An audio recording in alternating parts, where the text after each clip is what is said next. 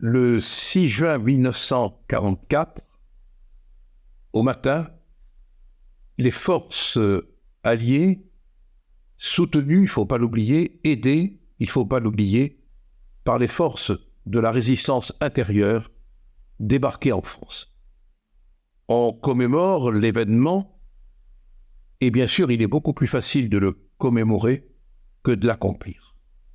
Ce qui est extraordinaire, du reste, c'est que des vétérans américains, presque tous centenaires, sont venus pour l'occasion. Comme quoi, d'avoir risqué courageusement sa vie, c'est une espèce de sérum de longévité.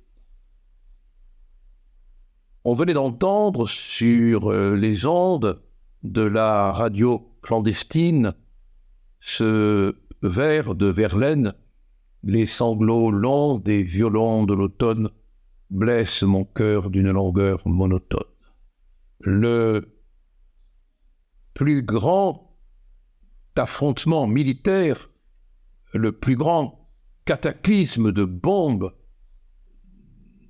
de morts, commençait par la musique d'un poème de Verlaine et finissait dans un ouragan de feu. Ce jour-là, les hommes de la liberté avaient rendez-vous sur les plages de Normandie pour chasser les Allemands et les pétinistes et les collaborateurs qui sont toujours de toute l'histoire de France là, aux côtés du mauvais pouvoir. Il y avait aussi, et il ne faut pas les oublier, ils n'étaient peut-être pas sur les plages, mais ils mouraient ailleurs pour le même combat, les Ruskov, les Russes.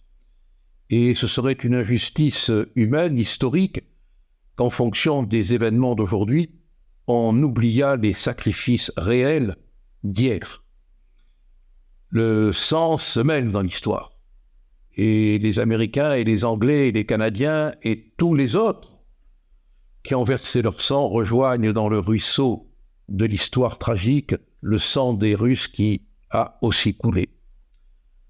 Quand on évoque le jour le plus long, qui n'en finit pas d'être long dans notre mémoire et dans notre histoire, on ne peut pas s'empêcher de rappeler que ces hommes, ces femmes aussi, dans la résistance, ces gamins, sont morts pour une certaine idée de la liberté et sur le territoire français pour une réelle idée de la France.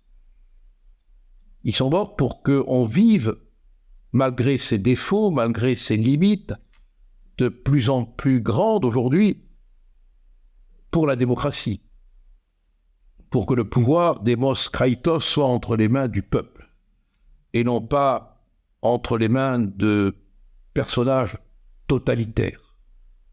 Totalitaires d'esprit, totalitaires de fait, totalitaires de pouvoir, totalitaires de trucage, totalitaires d'idéologie, totalitaires de mensonges.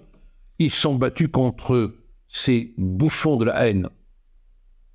C'est pourquoi, et le parallèle n'est pas littéraire, il est réel, ce qu'on voit aujourd'hui à l'Assemblée nationale, fomenté, orchestré par la France insoumise, est insupportable. Dans l'Assemblée nationale, voir un député, Sébastien Delogu, brandir un drapeau dans un contexte de violence externe et interne, le drapeau palestinien, c'est mal, c'est moche. Ce n'est pas conforme à l'idée qu'on se fait de ce qu'est le Parlement français. Et puis, malgré la sanction, quand on voit un peu plus tard Madame Keke brandir à l'envers, le même drapeau palestinien, c'est moche aussi.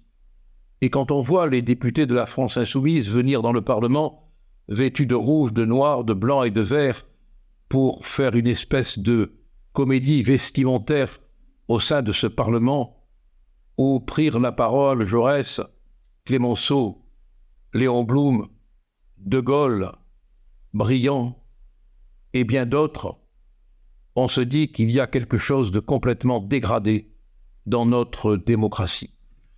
Bien sûr, des sanctions seront prises. Bien sûr, il y aura la petite punition.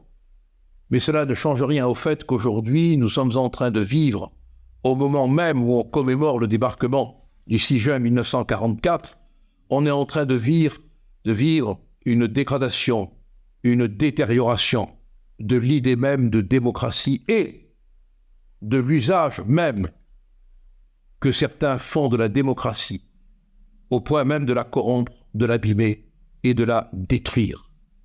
Alors j'ai envie de dire à ces tristes comiques parlementaires que si des gens ont été capables de mourir pour la patrie, ils sont morts aussi pour que les institutions soient respectées. Parce que la démocratie, au-delà des mots, c'est le respect des institutions, dans la dignité de ceux qui les représentent, dans l'honnêteté de ceux qui les exercent et dans la continuité pour que la France demeure libre. Vive la France libre, encore un peu libre.